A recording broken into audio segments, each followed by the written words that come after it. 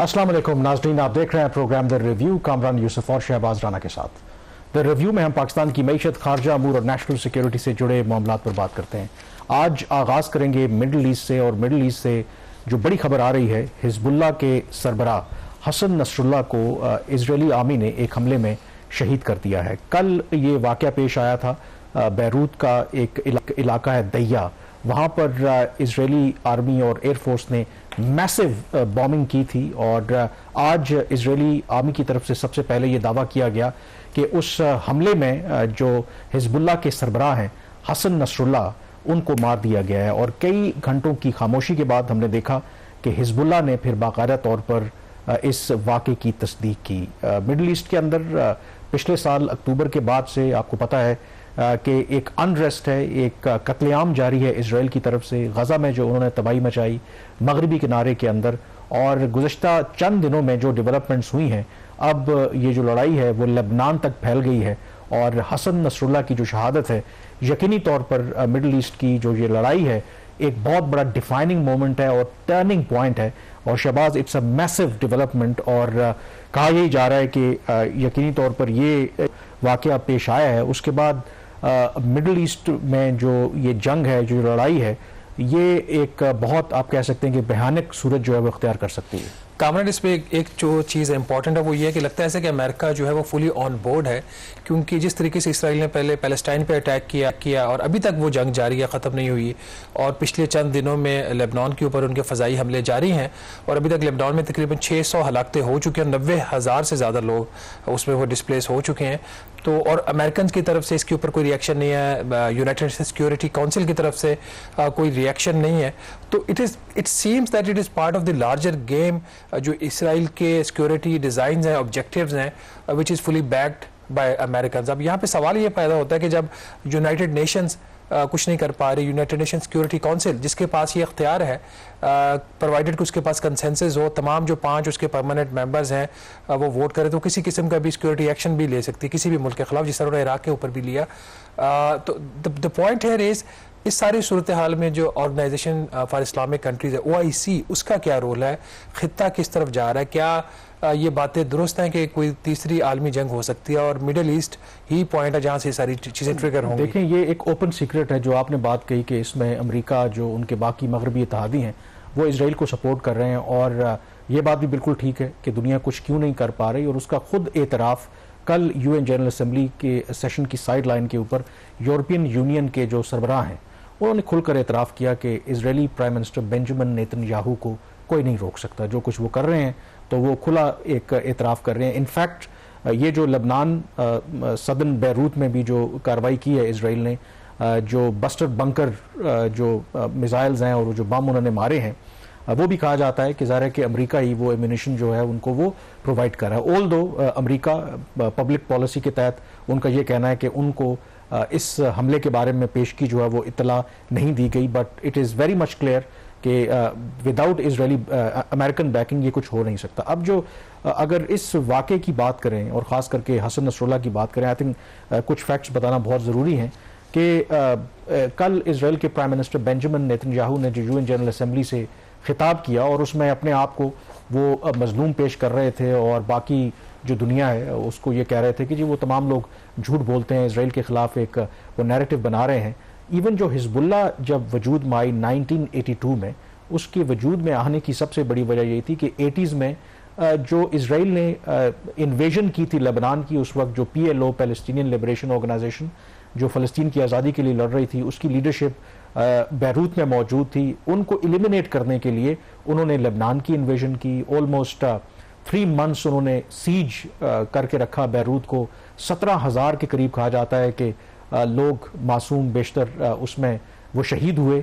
और वो इसराइल की जो बर्बरियत थी उसकी रिएक्शन में हिजबुल्लाह जो है वो मार्ज़ वजूद में आई। और फिर जो हसन नसरुल्लाह हैं, बल्कि जो उनके पहले सरबराह थे हिजबुल्लाह के, 1992 में उनको भी इसराइल ने असैसिनेट किया था, अब्बास मुसावी। और उसके बाद 32 साल उम्र थी हसन नसरुल्लाह की जब उन्होंने क़यादत संभाली हिजबुल्लाह की, और 32 साल तक वो इसके सरबराह रहे। और शहबाज, इंपॉर्टेंटली जो उनके क्रेडिट पर जाता था कि एक तो उन्होंने एक छोटे ग्रुप से एक वो रीजनल ग्रुप तक वो बढ़े, फिर उसमें जो इसराइल ने इन्वेजन की थी 80s में, तो वो सदर्न लेबनान में 2000 तक वहाँ पे मौजूद रहे, लेकिन बिकॉज ऑफ जो गुरिल्ला वॉरफेयर थी हिजबुल्लाह की और हसन नसरुल्लाह की जो स्ट्रेटजी थी, उसकी वजह से इसराइल को विड्रॉ करना पड़ा। 2006 में एक दफ़ा फिर उन्होंने चढ़ाई की और उसमें भी इसराइल को शिकस्त हुई। तो कुछ लोगों का यही ख्याल है कि इसराइल जो है वो इस चीज़ का बदला लेना चाहता था। अब इसमें जो सबसे अहम सवाल है, इसमें कोई शक नहीं है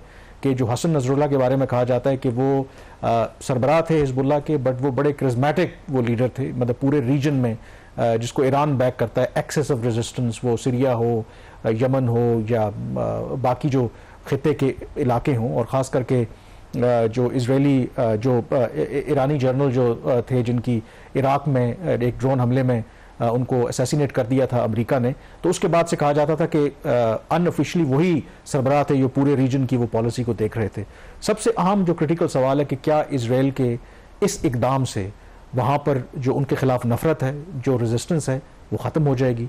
बेशतर मैंने जो एक्सपर्ट्स हैं वहाँ पर रीजन के उनको सुना, उन्होंने कहा बिल्कुल ऐसा नहीं होगा, बल्कि इसराइल के लिए ज़्यादा प्रॉब्लम्स बढ़ेंगी, क्योंकि हसन नसरुल्लाह हो, इस्माइल हानिया हो, वो रिप्रेजेंट करते हैं एक आइडियोलॉजी को, और वो आइडियोलॉजी क्या है? जो इसराइल की इल्लीगल ऑक्यूपेशन है उसके खिलाफ। और अगर उनको ख्याल है कि इस तरह एलिमिनेट करने से उनका पर्पस हल हो जाएगा और इसराइल ज़्यादा महफूज हो जाएगा, तो ये आई थिंक उनकी खामख्याली है। हिजबुल्लाह ने भी जंग को जारी रखने का ऐलान किया है। ये अटैक्स उनके जो हिजबुल्लाह ने भी अटैक्स किए हैं और अभी से नहीं वो कर रहे, वो 8 अक्टूबर से लास्ट ईयर से जब गजा के ऊपर इसराइल ने हमला किया था तब से वो अटैक्स कर रहे हैं। उनका ये इस सिलसिले को जारी रखेंगे बावजूद इसके कि उनकी लीडरशिप को मार दिया गया है। और कामरान ये जो गोरिल्ला मूवमेंट्स होती हैं इसके अंदर लीडरशिप की जो किलिंग होती है वो एक सेटबैक तो होता है, लेकिन उसका मतलब ये नहीं होता कि ऑर्गेनाइजेशन या जो वो रेजिस्टेंस मूवमेंट्स होती हैं वो ख़त्म हो जाती है। लेकिन मेरा वो जो सवाल बुनियादी वहीं पे खड़ा हुआ है कि इस सारी सूरत हाल में जब यूनाइटेड नेशन का जो सिस्टम है वो नाकाम हो चुका है, आपने खुद EU के जो उनके हाई ऑफिशियल्स उनको कोट किया है कि जो वो कह रहे हैं कि इनको कोई रोक नहीं सकता इसराइली वज़ीर-ए-आज़म को, तो ये तो इसका मतलब ये तो नहीं कि दुनिया जो है वो तीसरी जंग की तरफ चली जाएगी। OIC भी एक ब्लॉक है, क्या इसकी वजह यह है कि जो अरब ममालिक में खुद बहुत ज़्यादा डीपली डिवाइडेड है, वो उस तरीके से एक यूनाइटेड फ्रंट नहीं पेश कर सके इसराइल के सामने जो कुछ गाजा में हुआ, जिस किस्म की वहाँ पे बर्बरियत हो रही है, चूँकि उनको वहाँ पे रेजिस्टेंस नहीं मिली, वो लेबनान के ऊपर चले गए, कल किसी वो तीसरे मुल्क के ऊपर भी अटैक कर सकते हैं। तो OIC का रोल कोई इफेक्टिव हो सकता है या नहीं हो सकता, इसके ऊपर आपका क्या व्यू है? देखें OIC का जो रोल है, देखें लेट्स एक्सेप्ट द फैक्ट कि हमारी अंदर की कमज़ोरियाँ हैं और इसी वजह से जो इसराइल है वो फ़ायदा उठा रहा है। देखें इसराइल को जो सबसे बड़ा एडवांटेज है, लेट्स एक्सेप्ट द फैक्ट कि उनके पास अब जो टेक्नोलॉजी है, उनके पास जो इंटेलिजेंस गैदरिंग है, मसलन ये जो लबनान वाला भी जो वाक़या हुआ है, इससे पहले आपको पता है कि पेजर और वॉकी टॉकी जो ब्लास्ट उन्होंने किए, कैसे उन्होंने साइबर अटैक्स किए, फिर यहाँ पर भी जो उन्होंने हमला किया है कि कितनी पिन पॉइंटेड उनके पास इंटेलिजेंस मौजूद थी। इससे पहले तेहरान के अंदर हमास के लीडर इस्माइल हानिया को उन्होंने असैसिनेट किया। और अगर मुस्लिम दुनिया इतनी ताकतवर होती और उनके पास इतने मीन्स होते तो कभी भी ये इसराइल इस तरह की हरकत ना करता, क्योंकि अगर उनको इसमें कोई शक नहीं कि लबनान हिजबुल्लाह हो या हमास हो, अपनी तरफ से जितनी उनके पास सकत है, रॉकेट्स हैं या जो भी वो फायर करते हैं, बट इसराइल को पता है कि उनके पास डिफेंस शील्ड भी है, उनके पास ऐसी कैपेबिलिटी है कि वो उसको न्यूट्रलाइज कर सकते हैं। लेकिन इसमें एक और सवाल ये भी यहाँ पे पैदा होता है कि एक तरफ इसराइल के पास इतनी टेक्नोलॉजिकल एडवांसमेंट है कि जो 7 अक्टूबर का हमास का जो हमला जिस तरीके से हुआ था, तो कुछ लोगों का ये भी ख्याल है, उस पर भी लोग क्वेश्चन रेज करते हैं कि एक तरफ इतनी सोफिस्टिकेटेड उनके पास इंटेलिजेंस है, एक एक चीज़ को मॉनिटर कर रहे होते हैं, लेकिन जो 7 अक्टूबर को हमास ने हमला किया उस वक्त इसराइल का सारा सिस्टम, इसराइल की सारी जो फौज, सारा इंटेलिजेंस ऑपरेटर सोया पड़ा था। तो लोग इसके बारे में भी क्वेश्चन करते हैं। रही बात कि मुस्लिम दुनिया की, आई थिंक इस पर डिविजन्स हैं। आई थिंक इस्माइल हानिया की भी जब असैसिनेशन हुई, क्योंकि ईरान उसको बैक करता है, मैंने देखा कि कई जो किसी का नाम नहीं लूँगा, एक आध बड़े अरब ममालिक ने तो उस पर मजम्मत भी जारी नहीं की, रिएक्ट भी नहीं किया। एंड इवन हसन नसरुल्लाह के केस के अंदर भी, क्योंकि अरब ममालिक के अंदर भी जहाँ जहाँ बादशाहत हैं वो शायद इस तरह की जो रेडिकल ग्रुप्स हैं उनको वो सपोर्ट नहीं करते, क्योंकि इस तरह के जो ग्रुप्स हैं खास करके प्रो पैलेस्टीनियन, जो अरब स्ट्रीट के अंदर भी उनकी बड़ी सपोर्ट है, हमास हो या हसन नसरुल्लाह हो। लेकिन जो अरब के अंदर जो किंगडम्स हैं उनके ख्याल में इस तरह की जो पॉपुलर मूवमेंट्स होती हैं वो उनके अपने इक़्तिदार के लिए भी ख़तरा है। तो ये एक अनफॉर्चुनेट बात है और यही वजह है कि इसराइल इस डिवीज़न का एडवांटेज लेता है। अब इसमें जो सबसे क्रिटिकल सवाल है कि कल UN में जब खिताब किया इसराइली प्राइम मिनिस्टर ने, तो उन्होंने ईरान को भी वार्न किया। उन्होंने कहा कि ये जंग वो जारी रखेंगे जब तक हिजबुल्ला, हमास कंप्लीटली डिस्ट्रॉय नहीं हो जाते, और साथ उन्होंने ये भी कहा कि ईरान की भी जो लीडरशिप है वो हमारी रेंज में है। और मैं खबर आज भी वो देख रहा था जब ये हसन नसरुल्लाह वाला वाक़या हुआ है कि ईरान के जो सुप्रीम लीडर हैं आयतुल्लाह खमेनी, उनको महफूज मकाम पर मुंतकिल कर दिया गया है कि शायद इस बात का खदशा है कि यू नेवर नो कि ईरान जो है, इसराइल जो है वो इवन ईरान की क़यादत को भी टारगेट करे। तो सबसे अहम सवाल ये है कि अभी तक इस्माइल हानिया की असैसिनेशन हो, हमास पर गजा में जो भी चढ़ाई हो इसराइल की, फिर अब हसन नसरुल्लाह जो सबसे बड़ा एसेट था ईरान का, क्या ईरान अभी भी फेंस पर बैठकर बस इंतजार करेगा कि इसराइल ये गेम करता रहे, या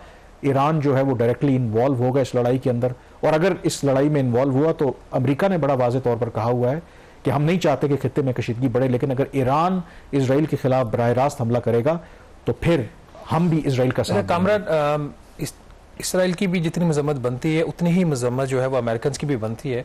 और ये एक बड़ा एक चैलेंजिंग एक सिचुएशन बन गया ईरान के लिए, क्योंकि इस्माइल हानिया का उन्होंने ऐलान तो किया था वो बदला लेंगे, अभी तक उन्होंने उसकी हलाकत का जो है उनकी वो बदला नहीं लिया। ये बहरहाल एक डेवलपिंग स्टोरी है। इसमें 2-3 चीज़ें बड़ी इंपॉर्टेंट होगी। OIC की तरफ से कोई रिस्पॉन्स आता है, जो जैसा भी हो, नॉर्मली तो इस तरह के जब वाक़यात होते हैं तो उनको मीटिंग कॉल करने में कई समटाइम्स हफ्ते लग जाते हैं, समटाइम्स दिन लग जाते हैं। कोई उनकी तरफ से रिस्पांस आएगा या नहीं आएगा वो चीज लग नहीं रहा गिवन। और आई थिंक उससे भी पहले आपको पता है कि OIC तो 57 ममालिक हैं, फिर अरब लीग भी है जो इमीडिएट, जिनका कहा अरब लीग की तरफ से भी कोई अरब लीग की तरफ से उनके फॉरेन मिनिस्टर का न्यूयॉर्क में तमाम जो अरब लीग की कंट्रीज थे उनका इजलास हुआ था, और उसमें उन्होंने रिस्पॉन्ड किया, क्योंकि जो बेंजामिन नेतन्याहू ने UN को बताया कि हम इसलिए ये कार्रवाई कर रहे हैं क्योंकि ये जो ग्रुप्स हैं ये इसराइल को सफ़ा हस्ती से मिटाना चाहते हैं, और इसलिए हम हमारी लिए एग्जिस्टेंशियल थ्रेट हैं। तो अरब लीग के तमाम फॉरेन मिनिस्टर्स ने ये एलामिया वहाँ पर जारी किया कि ये सरासर जो है ये एक एक्सक्यूज़ है इजरायली प्राइम मिनिस्टर का। हम तमाम जो अरब ममालिक हैं इसराइल को ये सिक्योरिटी गारंटी देने के लिए तैयार हैं कि वो नहीं, वो बात जो कर रहे हैं कि उसको कोई एग्जिस्टेंशियल थ्रेट नहीं होगी, प्रोवाइडेड कि वो जो 2 स्टेट सोल्यूशन है, जो फ़लस्तीन है उनका एक आज़ाद रियासत उसको तस्लीम करे, जो सबसे जो root cause of the problem है, तो उसके बाद तो कोई इशू नहीं है। तो ये बात तो लेजिटिमेट है कि असल उस इशू की तरफ तो आना नहीं चाहता जो इसराइल है कि असल में ये लड़ाई है क्यों, हमास क्यों लड़ रहा है, हिजबुल्ला क्यों लड़ रही है। असल है कि आपने उनके इलाकों पर कब्जा कर रखा है, और जिसको दुनिया का ना छड़वाने में कोई इंटरेस्ट है और ना ही मुस्लिम ममालिक का। एक और भी कामरान एक डेवलपमेंट पाकिस्तान में भी हुआ, एक अनफॉर्चुनेट वाक़या। हमारी पेट्रोलियम जो गैस सेक्टर की बहुत बड़ी कंपनी है पाकिस्तान की, उसका एक हेलीकॉप्टर आज गिरकर तबाह हुआ जिसमें 6 हलाकतें हुई हैं और 8 अफराद ज़ख्मी हुए हैं। जो हमारी पेट्रोलियम के तर्जमान की तरफ से एक स्टेटमेंट आई है कि इस वाक़े का चूँकि खैबर पख्तूनख्वा में हुआ, उनका दहशत गर्दी से या सिक्योरिटी सूरत हाल से कोई ताल्लुक नहीं है, कोई तकनीकी इसके अंदर फॉल्ट था, और जिसमें 3 गालबन रशियन जो इसमें थे गालबन क्रू मेंबर थे, उनकी भी इसमें हलाकत हुई है। तो ये एक अनफॉर्चुनेट ऑफ कोर्स, क्योंकि ज़ाहिर है कि उन्होंने क्लैरिफिकेशन देने की इसलिए कोशिश की है क्योंकि शुमाली पाकिस्तान के इलाके में ये इंसिडेंट पेश आया है। तो आपको पता है कि वहाँ पर दहशतगर्दी के भी वाक़यात होते रहते हैं, तो ऑब्वियसली कहा यही जा रहा है कि ये एक टेक्निकल फॉल्ट था जिसकी वजह से ये अफसोसनाक जो हादसा है वो पेश आया है। यहाँ पर ब्रेक लेंगे और ब्रेक के बाद जिक्र करेंगे कि कैसे गवर्नमेंट जो है वो जब आप पावर सेक्टर की बात करते हैं तो एक स्टेप लेती है और फिर 2 स्टेप पीछे चली जाती है। ये क्या स्टोरी है, ब्रेक के बाद इस पर बात करेंगे।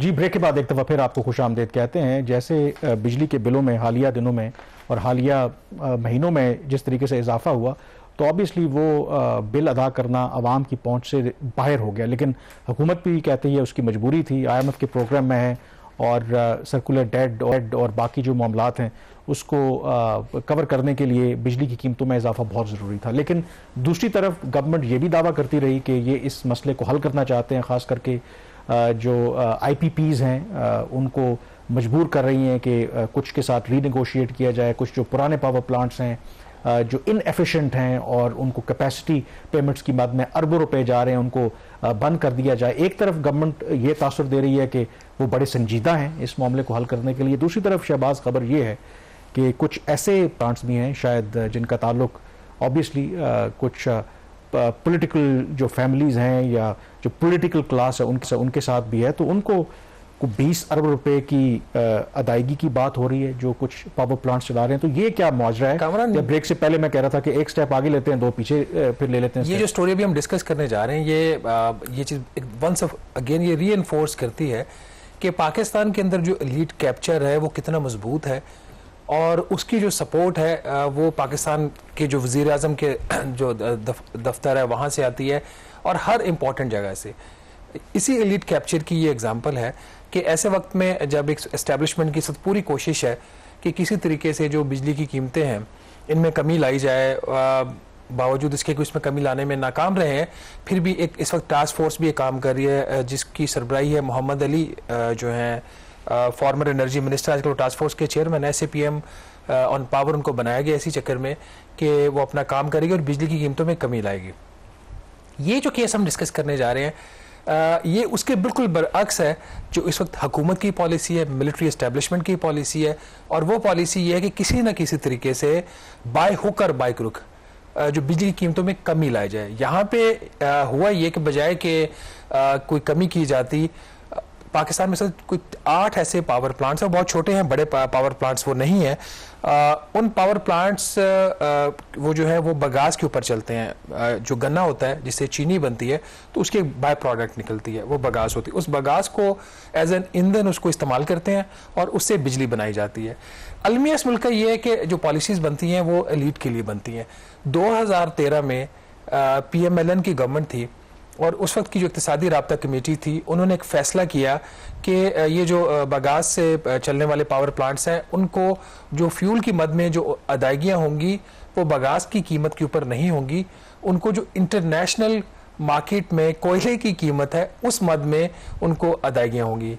उस वक्त चूँकि बिजली की कीमतें इतनी ज़्यादा नहीं थी, इलेक्ट्रिसिटी अफोर्डेबल थी, मामला भी पे इतना फोकस भी नहीं होता था, माइक्रोस्कोपिंग नहीं होती थी, तो ये सिलसिला चलता रहा 5-6 साल। 2019 में national electric power regulator authority कहने के तो ये रेगुलेटर पावर सेक्टर का इसका जो काम है वो सार्फिन के जो हकूक़ है उसका भी तहफ़्फ़ुज़ करना है। इसने अपना काम किया। इसने एक वो जो 2013 का फैसला था उसमें यह था कि अगर आलमी मंडी में कोयले की कीमतों में बहुत ज़्यादा कमी बेशी होती है तो उससे डिसकनेक्ट करके डी लिंक करके जो प्राइस है बगास की और उसकी इनको जो टैरिफ मिलता है पावर प्लांट्स को उसको डिटर्मिन किया जा सकता है। उन्होंने 2019 में एक सो मोटो लिया, उस सो मोटो की रोशनी में उन्होंने वो प्राइस डिस्कनेक्ट कर दी। तो ये जो पावर प्लांट्स थे चूंकि ये सियासी असर और रसूख रखने वाले लोगों के हैं वो कोर्ट्स में चले गए। कोर्ट्स ने मामला एक एपलेट ट्राइब्यूनल में भेज दिया। एपलेट ट्राइब्यूनल ने वो फैसला वापस भेज दिया नेपरा को कि आप दोबारा इसको देख लें। नेपरा ने इस साल फरवरी में एक जजमेंट दी कि जी उसमें बुनियादी बातें थी। उन्होंने कहा जी एक तो ये कि अक्टूबर 2018 से लेके सितंबर 2022 तक इन पावर प्लांट्स को आलमी मंडी में जो कोयले की कीमतें उसके हिसाब से इनको जो ईंधन है उसकी कीमत दी जाएगी। और दूसरा उसका जो कंपोनेंट ये था कि अक्टूबर 2022 से लेके आज तक जो भी बगास की पिछले साल कीमत है उसमें 5% इंडेक्सेशन कर दी, इंक्रीज कर दिया और उससे लिंक करके इन्होंने इसको फैसला कर दिया। ये फैसला क्वाइट कॉन्ट्रोवर्शियल था। इसको चूंकि पाकिस्तान में जो बिजली कामरान जितनी भी पैदा होती है वो एक गवर्नमेंट खुद खरीदती है और गवर्नमेंट के बिहाफ पे सेंट्रल पावर परचेज एजेंसी जो है वो खरीदती है। मिनिस्ट्री ऑफ एनर्जी ने जो केयर टेकर गवर्नमेंट थी, जो मोहम्मद अली उस वक्त एनर्जी मिनिस्टर थे, उन्होंने इस फैसले की मुखालफत की। उन्होंने कहा जी कि ये कोई इसकी वजह नहीं बनती कि एक जो कंपोनेंट है फ्यूल का वो लोकल है जिसका इंटरनेशनल मार्केट से कोई लेना देना नहीं है, आप उसकी बेस पे इनको अदायगियाँ माजी में भी करते हैं मजीद करते हैं, ये नहीं होना चाहिए। दूसरा उन्होंने कहा जो इवन जो 5% इंक्रीज भी दे रहे हैं ये भी गलत है। इसको CPPA ने चैलेंज किया, नेपरा ने फिर नहीं माना। बहरहाल अब आ जाते हैं असल चीज़ के ऊपर कि अब क्या हुआ है। नाज़रीन, इन हालात में जब एक तरफ जो पावर प्रोड्यूसर्स हैं इंडिपेंडेंट उनको बंद कमरों में बुलाकर उनको ये धमकी दी जाती है, उनको समझाने की भी प्यार से कोशिश की जाती है कि आपके जो मुआहदे हैं वो ख़त्म कर दें आप वॉलंटरली, क्योंकि आपके मुआहदों की वजह से मुल्क में जो बिजली वो बहुत महंगी होगी। सिर्फ 5 पावर प्लांट्स ऐसे हैं जिनके ओनर्स को बुला के ये पैगाम दिया गया, और इन 5 पावर प्लांट्स के अगर मुआहदे खत्म भी हो जाएं जिस तरीके से हुकूमत करवाना चाह रही है, तो सेविंग है सिर्फ 60 पैसे फी यूनिट। यहाँ पे सेविंग इंपॉर्टेंट नहीं है, प्रिंसिपल इंपॉर्टेंट है कि अगर किसी ने कोई ज्यादती की उससे रिकवरी होनी चाहिए। एक तरफ तो हुकूमत ये सब कुछ कर रही है जिसका उल्टा नुकसान भी हो सकता है, और दूसरी तरफ खामोशी से जो फैसले करवाए जाते हैं उसके तहत जो अब फैसला हुआ कि 20 से 22 अरब रुपए की इजाफी अदायगियां होंगी उन मालिकान को जिनके ये बगास से चलने वाले पावर प्लांट्स हैं, क्योंकि उनको जो ईंधन की कीमत दी जा रही है, ईंधन तो उनका जैसे भी हम बात कर रहे थे लोकल है, लेकिन उसकी कीमत उनको आलमी मंडी में कोयले की कीमत के हिसाब से दी जाएगी। और इसके जो बड़े बड़े बेनिफिशरीज हैं वो पाकिस्तान के बड़े सियासी खानदान हैं जिनके ये पावर प्लांट्स हैं। उनमें प्राइम मिनिस्टर शहबाज शरीफ साहब के बेटे की भी एक कंपनी है जिनको ये अदायगी हुई है। ये अदायगियां जो हुई हैं अगस्त में हुई हैं, और 2 दिन पहले नेपरा में जो CPPA जी जो बिजली खरीदती है उसकी अदायगी करती है, वो पिटीशन लेके आई कि चूंकि आपका ये फैसला था, उस फैसले की मद में हमने पहली किस्त 8.2 अरब रुपए की जारी कर दी है, तो लिहाजा जो फ्यूल प्राइस एडजस्टमेंट आप करने जा रहे हैं अगस्त के महीने की, और जो कंज्यूमर सारिफिन जो है वो अक्टूबर में अपने बिलों में अदा करेंगे, तो ये जरा कीमत हमें रिकवर करवा दीजिएगा सारिफिन से। अब जरा डिटेल नाज़िर आपके सामने रख देते हैं। अभी 8 में से जो 6 प्लांट्स हैं या 5 प्लांट्स हैं उनको अदायगियां की गई हैं, और ये पहली किस्त है जो 20 से 22 अरब रुपया उनको मिलेगा, उसमें से 8.2 अरब रुपए की ये तफसीलात है। चनार एनर्जी है, ये जावेद कियानी साहब की कंपनी है, सियासी तौर पर बड़े ये वेल कनेक्टेड है, पाकिस्तान शुगर मिल्स एसोसिएशन के ये चेयरमैन भी रहे हैं। उनके प्लांट को 840 मिलियन रुपए की अदायगी हुई है। चनियोट पावर सलमान शहबाज साहब की कंपनी है, इनके प्लांट को 1 अरब 47 करोड़ और 84 लाख रुपए की अदायगी हुई है। और हमजा शुगर मिल है, मियां रशीद साहब की है, इनको 1 अरब 42 करोड़ रुपए की अदायगी हुई है। जहांगीर तरीन साहब के 2 पावर प्लांट्स हैं, उनको अदायगी दोनों को मिला के तकरीबन 4.1 अरब रुपए की हुई है। और रहीम यार खान मिल्स है, मखदूम उमर शहरियार की, इनको भी अदायगी तकरीबन 400 मिलियन रुपए की हुई है।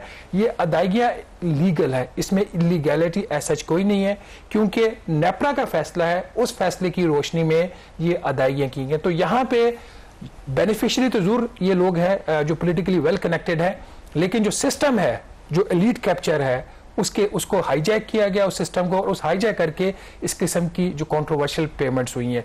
तो हमारा मकसद यहाँ पे जो हाईलाइट करने का है, इन पावर प्लांट्स को हम जिम्मेदार नहीं ठहराते, ये बिजनेसमैन कोशिश करते हैं, ये सिस्टम होता है, ये हुकूमत होती है जिसने एलीट कैप्चर को तोड़ना। तो कामरान हुकूमत एलीट कैप्चर को तोड़ नहीं रही, उसको मजबूत प्रमोट कर रही है। क्योंकि बात तो ठीक है कि गवर्नमेंट हो सकता है कि ये दावा करे कि ये तो रेगुलेटर का फैसला था, नेपरा जो है डिपेंडेंट है, बट हमें भी पता है कि हमारे यहाँ जो रेगुलेटर्स भी होते हैं वो किस तरीके से ऑपरेट करते हैं, और इसीलिए फिर लोग क्वेश्चन रेज करते हैं कि ये जो सियासतदान और पॉलिटिशियंस आते हैं ये पॉलिसी ऐसी बनाते हैं जिसमें ये सबसे पहले अपने आप को बेनिफिट देते हैं। तो सर्टनली इसको देखने की ज़रूरत है। यहाँ पर ब्रेक लेंगे, ब्रेक के बाद जिक्र करेंगे कि बिलाखिर IMF ने कि एग्जीक्यूटिव बोर्ड ने जो पाकिस्तान का $7 अरब का प्रोग्राम अप्रूव किया था, उसके हवाले से जो प्रेस रिलीज़ वो जारी करते हैं, 3 रोज़ के बाद उन्होंने वो प्रेस रिलीज़ जारी की है, और उस प्रेस रिलीज़ के अंदर क्या है, ब्रेक के बाद इसमें बात करेंगे। जी, ब्रेक के बाद एक दफ़ा फिर आपको खुशामदीद कहते हैं। IMF एग्जीक्यूटिव बोर्ड ने 25 सितंबर को पाकिस्तान के लिए एक नया प्रोग्राम अप्रूव किया। कल हमने डिस्कशन की थी, लेकिन उनकी तरफ से स्टेटमेंट जारी नहीं हुआ था, लेकिन अब वो स्टेटमेंट आ गया है, और इम्पॉर्टेंटली उसमें फाइनली IMF ने कुछ उम्मीद अफजा बात भी की है। Usually Shahbaz they remain critical. 2 चीज़ें इसके ऑफ कोर्स डायरेक्ट आवाम से भी इसका ताल्लुक है। एक तो उन्होंने अपनी जो प्रोजेक्शंस थी पहले के जो इस माली साल पाकिस्तान की जो मईशत है किस तरह ग्रो करेगी, उसको उन्होंने रिवाइज़ किया और तवक्को का इजहार किया कि अराउंड 3.2% होगी। एंड सेकेंडली जो महंगाई की शरह है, IMF का कहना है कि इस साल ये सिंगल डिजिट में ही रहेगी। So do you think that this is a kind of एक सरप्राइज है, और जो असेसमेंट है उनकी IMF की तरफ से जो इन्होंने दी है? अच्छा Kamran, before moving to this part, एक चीज़ मैं पिछले ब्रेक से पहले बात बताना भूल गया कि जो नेपरा है उनको हमने कांटेक्ट किया था उनके वर्जन के लिए, उनके तर्जमान का वर्जन चाहिए था, क्योंकि ये स्टोरी नेपरा के ऊपर थी, पावर प्लांट्स के ऊपर नहीं थी। तो नेपरा ने कल से लेके आज तक हम इसके ऊपर कोई वर्जन नहीं दिया। तो अगर नेपरा इस इशू के ऊपर बात करना चाहे ऑन द रिकॉर्ड तो वो ज़रूर कर सकता है। हमारा प्लेटफॉर्म अखबार का भी हाजिर उनके लिए और टीवी का भी है। तो coming to this is quite surprising frankly, ये जो IMF वाला है, क्योंकि जब इनकी स्टाफ लेवल इनके मुज़ाकरात हो रहे थे, उस वक्त जो IMF की फोरकास्ट आ रही थी इंटरनल, जो हुकूमत पाकिस्तान के साथ भी शेयर हुई, GDP ग्रोथ की उनकी जो एस्टिमेट्स थे वो बहुत कंजर्वेटिव थे, लेस दैन 3% थे, और जो महंगाई के उनके एस्टिमेट्स दे रहे थे, वो प्रोजेक्शन दे रहे थे, वो तकरीबन 15% महंगाई की शरह वो एंटिसिपेट कर रहे थे इस माली साल में। यही वजह है कि उनका नंबर 15% का था, हुकूमत ने 12% इस साल का हदफ रखा। हमारा जो साल का हदफ है महंगाई का वो 12% है। तो अब ये जो एस्टिमेट्स आए हैं और जो कल उन्होंने डिटेल स्टेटमेंट दी है, ये इट्स अ पॉजिटिव सरप्राइज, और इसमें दो बुनियादी बातें हैं। पहली बात ये उन्होंने कहा जी कि पाकिस्तान की जो मैक्रो इकोनॉमिक स्टेबिलिटी है वो हासिल हो चुकी है। अब उन्होंने कहा आपने इस स्टेबिलिटी को डीपन करना है और इसको सस्टेनेबल बनाना है। दूसरी बात उन्होंने ये कही कि जो पाकिस्तान के एक्सटर्नल सेक्टर के ऊपर जो दबाव था अदायगियों का, वो अब ईज हो चुका है, रिलैक्स हो चुका है। तो इकोनॉमिक स्टेबिलिटी आ गई एज पर द IMF, और एक्सटर्नल सेक्टर के ऊपर जो दबाव था वो भी ईज हो गया। तो ओवरऑल इन दिस कॉन्टेक्स्ट उन्होंने जो अपनी अब इस साल की जो प्रोजेक्शंस दी हैं, GDP growth rate very important number Pakistan जैसे मुल्क के लिए, क्योंकि यहाँ पे आपको पता है कि पॉपुलेशन ग्रोथ रेट 2.6% है। तो कोई भी इकोनॉमी का जो ग्रोथ रेट इससे कम होगा, इसका मतलब है कि मुल्क में गुर्बत, बेरोजगारी, बेतहाशा इजाफा हो रहा है। बेरोजगारी में तो वैसे भी इजाफा होता है अगर आप ग्रोथ 7 से 8% से कम करेंगे। बहरहाल इन्होंने नंबर दिया 3.2%। इसका मतलब ये है कि डायरेक्शन आपकी पॉजिटिविटी की तरफ जा रही है। इन्फ्लेशन का नंबर इसलिए अहम है कि अगर IMF 15% नंबर के ऊपर इंसिस्ट करता, तो इसका मतलब है कि जो शरह सूद है जो अभी 17.5% हो गई है, वो उसको पाकिस्तान को या वहीं पे रखना पड़ता या इससे ज्यादा बढ़ाना पड़ता। तो इन्होंने जो अब एवरेज ईयर एंड की इन्फ्लेशन की फोरकास्ट दी है वो दी है 9.5%। इसका मतलब ये है कि इस वक्त जो शरह सूद है और जो इन्फ्लेशन रेट की प्रोजेक्शन है उसमें 8% का फर्क है। तो स्टेट बैंक ऑफ पाकिस्तान कम अज कम भी 4% इंटरेस्ट रेट और कम कर सकते। 4% इंटरेस्ट रेट में कमी का मतलब यह है कि हुकूमत को कम से कम 1200 अरब रुपया जो है उसकी सेविंग होगी इंटरेस्ट पेमेंट्स में। 4% मजीद कमी का मतलब ये है, 4.5% ऑलरेडी कमी हो चुकी है, 22% आपको पता है जून में ये रेट। तो उसकी वजह से बिजनेसेस को लोन्स मिलेंगे अफोर्डेबल रेट्स के ऊपर। आपकी इकोनॉमी के अंदर एक जो है ना एक मोमेंटम पैदा हो सकता है। लगता ये है कि IMF ने जो उन पर तनकीद हो रही थी कि ये हर दफ़ा कैसी रेसिपी देते हैं कि अवाम के ऊपर और मईशत भी ठीक नहीं होती, तो इस दफ़ा शायद हो सकता है किसी ने उनको कहा है कि अब हाथ थोड़ा हौला रखें। तो मे भी अब, और बिल्कुल आप ठीक कह रहे हैं, और आमतौर पर ये जो इंटरनेशनल फाइनेंशियल इंस्टीट्यूशंस होते हैं इनके एस्टिमेशंस कंजर्वेटिव होती हैं। अगर IMF कह रहा है कि 3.2% ग्रो करेगा, तो गवर्नमेंट का जो फिगर है वो 3.5% है, तो probably we will achieve it. अगर वो कह रहे हैं कि जो इन्फ्लेशन है वो 9.5 होगी, तो हो सकता है उससे कम भी हो। तो ये 9.5 10.5 हो जाए, कोई मतलब ठीक है तो जहां से आप आ रहे हैं। और कमिंग फ्रॉम द IMF, आपको पता है कि पूरी दुनिया हमारी गवर्नमेंट पे तो उतना रिलाई नहीं करती, जो इन्वेस्टर्स हैं बाकी वो IMF का जो स्टेटमेंट है उसको ज्यादा अहमियत देते हैं। तो डेफिनेटली इससे ओवरऑल जो परसेप्शन है पाकिस्तान की इकोनॉमी की, वो भी उससे एक पॉजिटिव फर्क पड़ेगा। एक तो मीडिया का, पाकिस्तानी मीडिया का इसमें बड़ा पॉजिटिव रोल है। हम लोगों ने पिछले 1 साल से IMF को अच्छा खासा इस चीज़ के ऊपर क्रिटिसाइज किया कि आपके जो एस्टिमेट्स होते हैं, जो प्रोजेक्शंस होती है, वो खाम में गवर्नमेंट ऑफ पाकिस्तान को एक डिफेंसिव पोजीशन पे ले जाते हैं। खास तौर पर जो करंट अकाउंट खसारे का इनकी प्रोजेक्शन आती रही है, उसके ऊपर हमारा बड़ा स्ट्रॉन्ग व्यू होता था कि IMF जानबूझकर ये गलत एस्टिमेट्स दे रहा है। इनको इतने ये बेवकूफ़ नहीं हो सकते कि इनकी प्रोजेक्शन हो $6.5 अरब के करंट अकाउंट खसारे की और एक्चुअल जो खसारा हो वो $700 मिलियन भी ना हो, तो इतने ऑफ नहीं हो सकते ये। अब उसके इसके अंदर एक और जो पॉजिटिविटी है वो ये है कि इस दफा की जो इन्होंने करंट अकाउंट खसारे की प्रोजेक्शन दी वो सिर्फ 0.9% of the GDP, less than $4 billion. तो that is again a positive sign के जो क्रिटिसिज्म IMF के ऊपर आ रहा था उसको उन्होंने दिस मींस कि आपका रुपया जो है through out the year will remain stable, और उसका भी आपको पता है नहीं, रुपए के ऊपर उनकी ऑब्जर्वेशन डिफरेंट है, बल्कि इस रिपोर्ट में 2-3 इनके अंदर क्वेश्चंस भी हैं।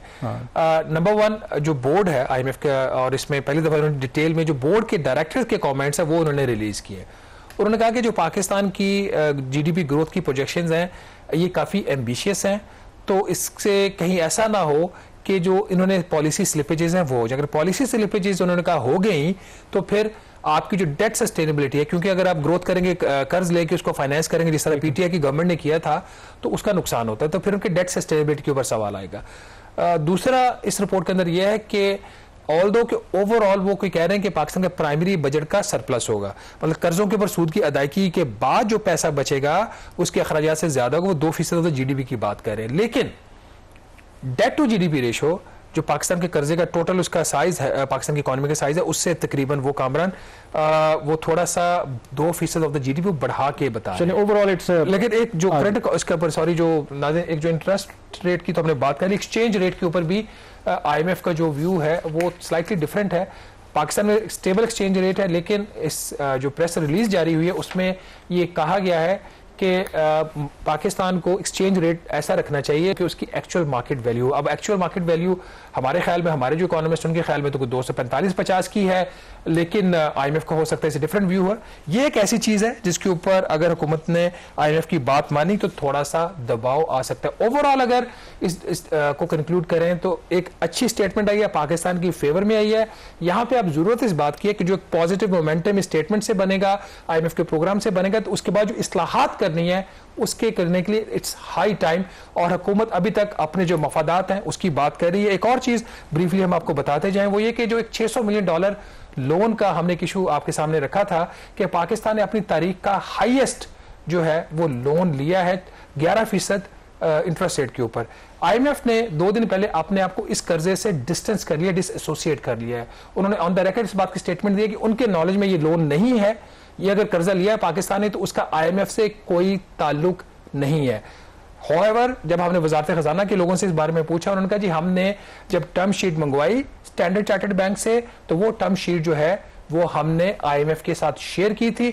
बहरहाल जब ये इशू पब्लिक हुआ, गवर्नमेंट के ऊपर भी दबाव आया, आईएमएफ के ऊपर भी दबाव आया, और अब कामरान हो सकता है कि हुकूमत ये कर्ज ना ले, वो बात वहीं पे खत्म हो जाए। चलें, ये तो अच्छी बात है क्योंकि उसकी जो फकी है वो ऑब्वियसली आपको पता है कि आवाम को पढ़नी थी। यहाँ पर ब्रेक लेंगे, ब्रेक के बाद जिक्र करेंगे पाकिस्तान और बांग्लादेश के ताल्लुकात के हवाले से। जी, ब्रेक के बाद एक दफ़ा फिर आपको खुशामदीद कहते हैं। प्राइम मिनिस्टर शहबाज शरीफ इस हफ्ते आपको पता है कि New York UN general assembly session के लिए मौजूद थे। कल उन्होंने वहाँ पर खिताब किया, लेकिन हम फोकस करेंगे उनकी साइड लाइन्स के ऊपर जो उनकी मुलाकातें हुई। वैसे तो कई उनकी लीडर्स के साथ मुलाकातें हुई, लेकिन एक मुलाकात जो पाकिस्तान की फॉरेन पॉलिसी की अगर आप बात करें वो बहुत आम थी, मीडिया उस पर इतना खैर फोकस नहीं करता। वो था पाकिस्तान और बांग्लादेश के रहनुमाओं के दरमियान कई सालों के तातुल के बाद दोनों मुल्कों के दरमियान एट द हाईएस्ट लेवल जो राब्ते हैं वो बहाल हुए हैं। बांग्लादेश के अबूरी हुकूमत के सरबराह प्रोफेसर मोहम्मद यूनुस के साथ मुलाकात हुई प्राइम मिनिस्टर शहबाज शरीफ की। एंड इम्पॉर्टेंटली उस मुलाकात से पहले, क्योंकि बांग्लादेश को यूएन का मेंबर बने 50 साल मुकम्मल हुए इस साल, तो उन्होंने एक तकरीब का इनेकाद किया वहाँ पर, और बाकायदा तौर पर प्राइम मिनिस्टर शहबाज शरीफ और उनके डेलीगेशन के दूसरे जो अरकान थे उनको दावत दी।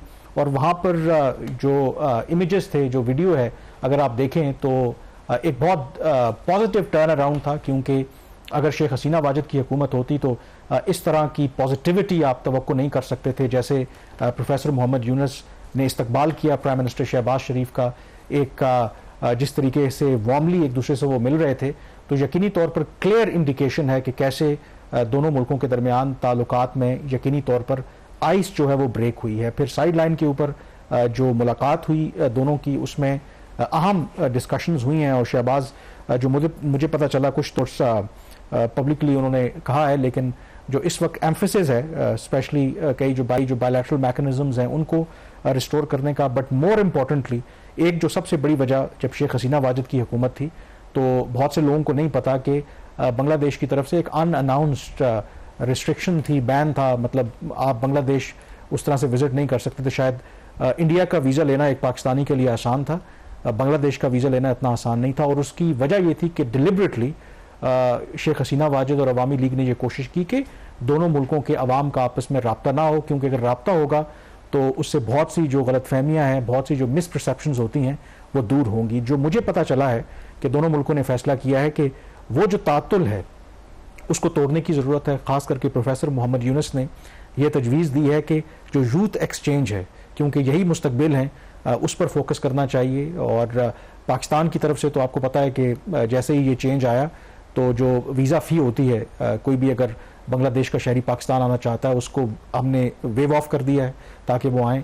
फिर हम पाकिस्तान ने रिक्वेस्ट की है बांग्लादेश से कि जी वो जो रिस्ट्रिक्शंस हैं हमारे ऊपर ख़त्म करें, और उसका उन्होंने पॉजिटिव जो है वो जवाब दिया है। तो इस वक्त जो कोशिश है, जो पाकिस्तान का एम्फेसिस है कि बाकी मामला तो चलते रहेंगे, लेकिन जो मोर इम्पॉर्टेंट फैक्टर है कि दोनों मुल्कों के दरमियान जो पीपल टू पीपल कॉन्टेक्ट है उसको रिस्टोर किया जाए, और एक ओपनिंग जो पाकिस्तान को मिली है उसका जो है भरपूर फ़ायदा उठाया जाए। एक और जो चीज़ तब्दीली आई है कि आपको पता है कि जब शेख हसीना वाजिद की हुकूमत थी तो सार्क के हवाले से बांग्लादेश का वही मौक़िफ़ था जो भारत का था। मसलन भारत ने अगर बायकॉट किया पाकिस्तान में जो समिट होना था 2016 में, उसके बाद से नहीं हुआ, तो बांग्लादेश ने भारत के फैसले पर लबैक कहा। लेकिन प्रोफेसर मोहम्मद यूनुस ने इस मुलाकात में कहा है कि सार्क जैसे अहम फोरम को बहाल होना चाहिए। तो इसका मतलब है कि जो 15 साल से एक पॉलिसी थी बांग्लादेश की सार्क के हवाले से, उसको भी अब वो अबैंडन कर रहे हैं और इंडोर्स कर रहे हैं पाकिस्तान के स्टांस को। That's really positive development. मुझे याद है कि 2007 में प्रोफेसर मोहम्मद यूनुस साहब वो पाकिस्तान आए थे और उन्होंने एक लेक्चर दिया था पॉवर्टी के ऊपर, जो किस तरीके से बांग्लादेश में उन्होंने इस पे काम किया था, और मुझे वो लेक्चर अटेंड करने का मौका मिला था, नेशनल लाइब्रेरी में हुआ था। तो ये जो सारी चेंजेस आई हैं एंटी पाकिस्तान और जो एक डिफरेंसेस और गैप्स क्रिएट करने की कोशिश की 2009 ऑनवर्ड्स, उससे पहले इतने ताल्लुकात ख़राब नहीं है। 2009 में शेख हसीना वाजिद जब उनको इक़्तिदार मिला, और इंटरनेशनल विजिट्स में जब हमारा कभी इत्तेफाक हुआ बांग्लादेशी जर्नलिस्ट के साथ इकट्ठे काम करने का या उनसे बात करने का, तो वो एक मिक्स रिस्पॉन्स हमें मिलता था। कुछ ऐसे जो सीनियर कैटेगरी के उनके जर्नलिस्ट थे, उनकी रिजर्वेशंस थी अगेंस्ट पाकिस्तान, और वो जो 1971 वाला जो वाक़या था उनको ताज़ा था उनके जहनों में। लेकिन जो यंग जर्नलिस्ट थे, अभी लास्ट ईयर मैं कहीं था तो हमारा मौका मिला, तो they were quite positive towards Pakistan. तो ये दूरियां उसी वक्त ख़त्म हो सकती हैं जब पीपल टू पीपल कॉन्टैक्ट। इसीलिए इसी चीज़ के, क्योंकि वक्त हमारे पास कम है, इसीलिए इस चीज़ के ऊपर फोकस किया जा रहा है। और प्रोफेसर मोहम्मद की आपने बात की, जब इनको नोबेल प्राइज़ मिला था तो मुझे अच्छी तरह से याद है कि मैंने इनका इंटरव्यू भी किया था जब इनको नोबेल प्राइज़ मिला था। तो ऐसा नहीं है कि दोनों मुल्कों के दरमियान माजी में राब्ते नहीं थे, लेकिन शेख हसीना वाजिद की हुकूमत के आने के बाद उन राब्तों में तातुल आ गया था। अब तवक्को है कि दोनों मुल्कों के दरमियान राब्ते ना सिर्फ बहाल होंगे बल्कि ताल्लुकात भी बेहतर होंगे। और एक और जो डेवलपमेंट के प्राइम मिनिस्टर ने दावत भी दी प्रोफेसर मोहम्मद यूनुस को कि जब भी उनको मौका मिले वो पाकिस्तान का दौरा करें, और जो मेरी इत्तला है कि उस पर प्रोफेसर मोहम्मद यूनुस ने एक पॉजिटिव रिस्पॉन्स दिया है। बहरहाल प्रोग्राम द रिव्यू से इतना ही। मुझे कामरान यूसुफ और शहबाज राना को इजाज़त दीजिए। अल्लाह हाफिज़।